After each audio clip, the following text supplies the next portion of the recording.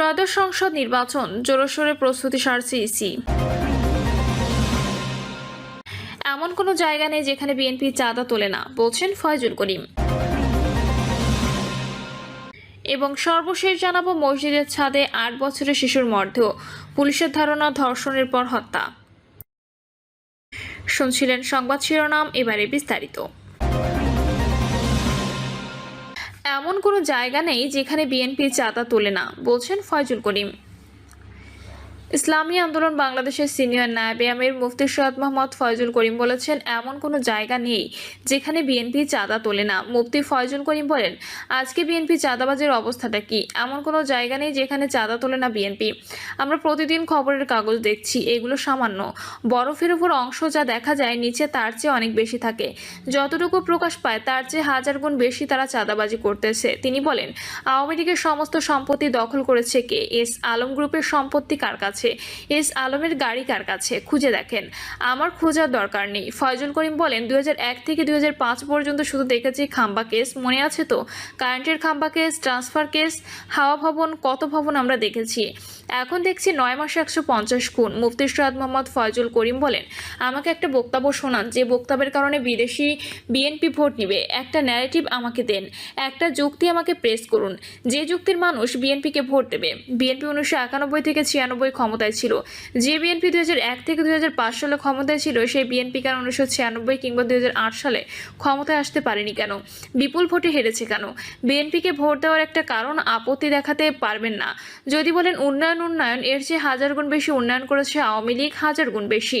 তিনি বলেন, এরপরেও আওয়ামী লীগকে কেন মানুষ প্রত্যাখ্যান করেছে? জুলুম, অত্যাচার, অবিচার, চাঁদাবাজি, গুন্ডামি, মাস্তানি, মানুষের অধিকার ক্ষুণ্ণ করা, আজও বিএনপি সেই কাজটাই করছে।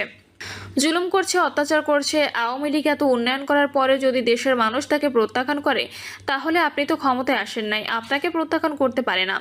এর জন্য তো বিএনপি চায় আওয়ামী লীগ ক্ষমতায় আসুক। বক্তব্য দিল, আওয়ামী লীগ ঠেকাও। আওয়ামী লীগ নির্বাচনে অংশগ্রহণ না করে, তাহলে সবার জবানের মধ্যে একটা স্লোগান উঠবে, বিএনপি ঠেকাও। ভেবেছেন আগের কেচ্ছা কাহিনীতে ভোট করবেন? ফয়জুল করিম বলেন, বিএনপি ভাবতেছে বিগত ইতিহাস থেকে যে বিগত দিনে বিএনপি এত ভোট পেয়েছে, আগামী তো এত ভোট পাবে। তা বিগত দিনে আওয়ামী লীগের নেতৃত্ব দেশ গঠন হয়েছে, এই দেশ স্বাধীন হয়েছে, তারা ভারতে পালাইছে কেন? বিগত দিনে আওয়ামী লীগ ক্ষমতায় ছিল, আজকে ক্ষমতায় নাই কেন? বিগত দিনে বিএনপি ভোট পেয়েছে, আগামী তো পাবেন, সেই চিন্তায় আছেন। কেন মানুষ ভোট দেবে? ওই যে ভোলাতে স্বামীকে আবদ্ধ করে তার স্ত্রীকে ধর্ষণ করার জন্য কেন ভোট দেবে বিএনপিকে, আমাকে বলুন। মসজিদের ছাদে 8 বছরের শিশুর মর্ধ, পুলিশের ধারণা ধর্ষণের পর হত্যা।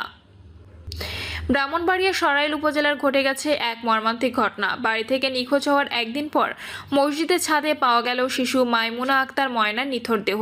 তার বয়স মাত্র 8 বছর। সকালে শাহবাজপুর ইউনিয়নের হাবলিপাড়ায় জামে মসজিদের 2য় তলায় ছাদে রক্তাক্ত অবস্থায় তার মরদেহ উদ্ধার করে পুলিশের স্থানীয়রা। শিশুটির গলায় পেঁচানো ছিল একটি ওড়না। প্রাথমিকভাবে ধারণা করা হচ্ছে শিশুকে ধর্ষণের পর হত্যা করা হয়েছে। বিকেলে বাড়ি থেকে বেরিয়ে নিখোঁজ হয় ময়না। পরিবার ও স্থানীয়রা সারা রাত খুঁজেও তার কোনো খোঁজ পায়নি।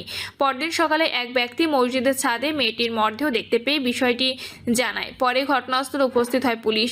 সরাইল থানার ভারপ্রাপ্ত কর্মকর্তা মোর্শেদুল আলম চৌধুরী বলেন, মরদেহটি উদ্ধার করে ময়নাতদন্তের জন্য জেলা সদর হাসপাতালে পাঠানো হয়েছে। ঘটনাস্থল থেকে গুরুত্বপূর্ণ আলামত সংগ্রহ করা হয়েছে। প্রকৃত ঘটনা উদ্ঘাটনে তদন্ত চলছে। ধারণা করা হচ্ছে শিশুটিকে ধর্ষণের পর হত্যা করা হয়েছে। ত্রয়োদশ সংসদ নির্বাচন জোরসোরে প্রস্তুতি সারছে ইসি। ত্রয়োদশ জাতীয় সংসদ নির্বাচনকে সামনে রেখে জোরসোরে প্রস্তুতি সেরে রাখছে নির্বাচন কমিশন। প্রস্তুতির অংশ হিসেবে চলতি সপ্তাহে সংসদীয় আসনের সীমানা পুনর্নির্ধারণের খসড়া প্রকাশ করা হতে পারে। নিজেদের প্রস্তুতি সেরে রাখার পাশাপাশি আইনবিধিতে কোনো পরিবর্তন করতে হবে কিনা সেজন্য জাতীয় ঐকমত্য কমিশনের প্রতিবেদনের জন্য অপেক্ষা করছে ইসি। সংশ্লিষ্ট সূত্রে সব তথ্য জানা গেছে। প্রধান নির্বাচন কমিশনার এএমএম নাসির উদ্দিন গত 26শে জুন প্রধান উপদেষ্টা ডক্টর মোহাম্মদ ইউনূসের সঙ্গে ঘণ্টাখানেকের স্থায়ী রুদ্ধদ্বার বৈঠক করেন। একান্ত বৈঠক হওয়ার এর বিষয়বস্তু নিয়ে সব মহলে কৌতূহলের সৃষ্টি হয়েছিল। সিসি সাংবাদিকদের বলেন, অন্তর্বর্তী সরকারের প্রধানের সঙ্গে তার আসন্ন সংসদ নির্বাচনের তারিখ নিয়ে কোনো কথা হয়নি। প্রধান উপদেষ্টা নির্বাচনের প্রস্তুতি সম্পর্কে জানতে চেয়েছিলেন। জবাবে তিনি বলেছেন, নির্বাচনের প্রস্তুতি ফুল গিয়ারে নিচ্ছি। এএমএম নাসির উদ্দিন বলেন, ফেব্রুয়ারি এবং এপ্রিল এই 2টি মাসকে সামনে নিয়ে আমরা নির্বাচনের প্রস্তুতি নিচ্ছি।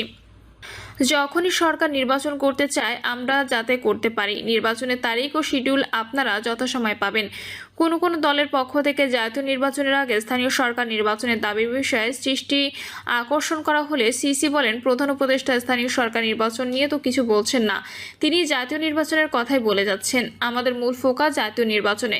নির্বাচনের প্রস্তুতির বিষয়ে জানতে চাইলে ইসির অতিরিক্ত সচিব KM আলী নেওয়াজ বলেন, নির্বাচনী প্রস্তুতির কাজ জোরেশোরে চলছে। আমাদের সব প্রস্তুতির কাজ সম্পন্ন করে রাখা হচ্ছে।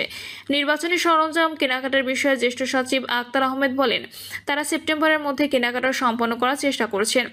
আসন সীমানার খসড়া শিগগিরই জাতীয় সংসদের সংসদীয় আসনের সীমানা নির্ধারণের খসড়া প্রকাশের বিষয়ে নির্বাচন কমিশনার মোহাম্মদ আনোয়ারুল ইসলাম সরকার জানিয়েছেন, চলতি সপ্তাহে এর খসড়া প্রকাশ হতে পারে। খসড়া প্রকাশ করে কমিশন দাবি আপত্তির আবেদন চাইবে। আবেদনকারীদের শুনানি সম্পন্ন করে পুনর্নির্ধারিত সীমানা চূড়ান্ত তালিকা প্রকাশ করা হবে। সীমানা পুনর্নির্ধারণ সংক্রান্ত কার্যক্রম নিয়ে ইসি জ্যেষ্ঠ সচিব আক্তার আহমেদ বলেন, এ বিষয়ে ৭৬টি সংসদীয় আসন থেকে প্রায় ৬৫০ আবেদন ইসিতে জমা পড়েছে। জনসংখ্যা, প্রশাসনিক অখণ্ডতা, ভৌগোলিক অবস্থান ইত্যাদি বিবেচনায় নিয়ে যেটা যৌক্তিক মনে হবে আমরা সেটি করব। এগুলো খুব তাড়াতাড়ি করতে হবে, কারণ যত দেরি হবে তত আমাদেরই কাজ বাড়বে। জানা গেছে, জাতীয় সংসদ নির্বাচন সামনে রেখে বাড়ি বাড়ি গিয়ে ভোটার তালিকা হালনাগাদে বাদ পড়া ও ২০২৬ সালের ১ জানুয়ারিতে যোগ্য হবেন এমন নতুন ভোটার মিলিয়ে প্রায় ৬২ লাখের মতো নাগরিক ভোটার তালিকায় যুক্ত হওয়ার অপেক্ষায় রয়েছেন। আর বিদ্যমান তালিকা থেকে বাদ যাবে পৌনে ২২ লাখের মতো মৃত ভোটারের নাম। আইন অনুযায়ী ইসি সাধারণত ২রা জানুয়ারি খসড়া প্রকাশ করে ২রা মার্চ চূড়ান্ত ভোটার তালিকা প্রকাশ করে। এর সময়ের বাইরে এসব নাগরিককে ভোটার তালিকা যুক্ত করতে ভোটার নিবন্ধন আইন সংশোধনের প্রয়োজন হবে। জ্যেষ্ঠ সচিব আরও বলেন, আইন মন্ত্রণালয়ে বিদ্যমান আইন পরিবর্তন করার প্রস্তাব পাঠানো হয়েছে। এটি সংশোধন হলে কমিশন যে সময়টাকে যৌক্তিক মনে করবে তখনই ভোটার তালিকা প্রকাশ করতে পারবে। ইসি প্রবাসীদের ভোটাধিকার নিশ্চিতের জন্য 3টি পদ্ধতি নিয়ে কাজ শুরু করে। এই পদ্ধতিগুলো নিয়ে সংশ্লিষ্ট প্রযুক্তিবিদদের সঙ্গে বৈঠকও করেছে ইসি। বৈঠকে অংশ নেওয়া বিশেষজ্ঞরা কোনো একক পদ্ধতির উপর ভরসা রাখতে পারেননি। ইসি রাজনৈতিক দলের সঙ্গে এ বিষয়ে বৈঠক করে মতামত চেয়েছে। ইতিমধ্যে 24টি দল তাদের মতামত দিয়েছে। বেশিরভাগ দল পোস্টাল ব্যালটের পক্ষে মত দিয়েছে। এখন দলগুলোর মতামত পর্যালোচনা করছে ইসি। ইসি সূত্র জানায়, ইতিমধ্যে পর্যবেক্ষক নীতিমালা নীতিগত অনুমোদন দিয়েছে নির্বাচন কমিশন। যে কোনো সময় পর্যবেক্ষক হিসেবে নিবন্ধন করতে ইচ্ছুক ব্যক্তিদের কাছে আবেদন চাওয়া হতে পারে। এছাড়া ভোটকেন্দ্র নীতিমালা চূড়ান্ত করা হয়েছে। কোনো ভোটকেন্দ্র মেরামত করার প্রয়োজন হলে তা ঠিক করার জন্য ইতিমধ্যে সংশ্লিষ্টদের 2 দফা চিঠি দিয়েছে কমিশন। ব্যালট পেপার ও অন্যান্য ছাপার কাজের জন্য রাষ্ট্রীয় ছাপাখানা বিজি প্রেস প্রস্তুত রয়েছে। রাজনৈতিক দলের প্রার্থীর আচরণ বিষয়ক বিধিমালার নীতিগত অনুমোদন দিয়ে ওয়েবসাইটে প্রকাশ করা হয়েছে। এটির উপর 10 জুলাই পর্যন্ত মতামত দেওয়া যাবে। ওয়েবসাইটে পাওয়া মতামত ও ঐকমত্য কমিশনের সুপারিশ পেলে এটি চূড়ান্ত করবে সাংবিধানিক প্রতিষ্ঠানটি। প্রিয় দর্শক, এই ছিল এখনকার সর্বশেষ সংবাদ। আপডেট সব সংবাদ পেতে চ্যানেলটি সাবস্ক্রাইব করে বেল আইকনটি ক্লিক করে রাখুন।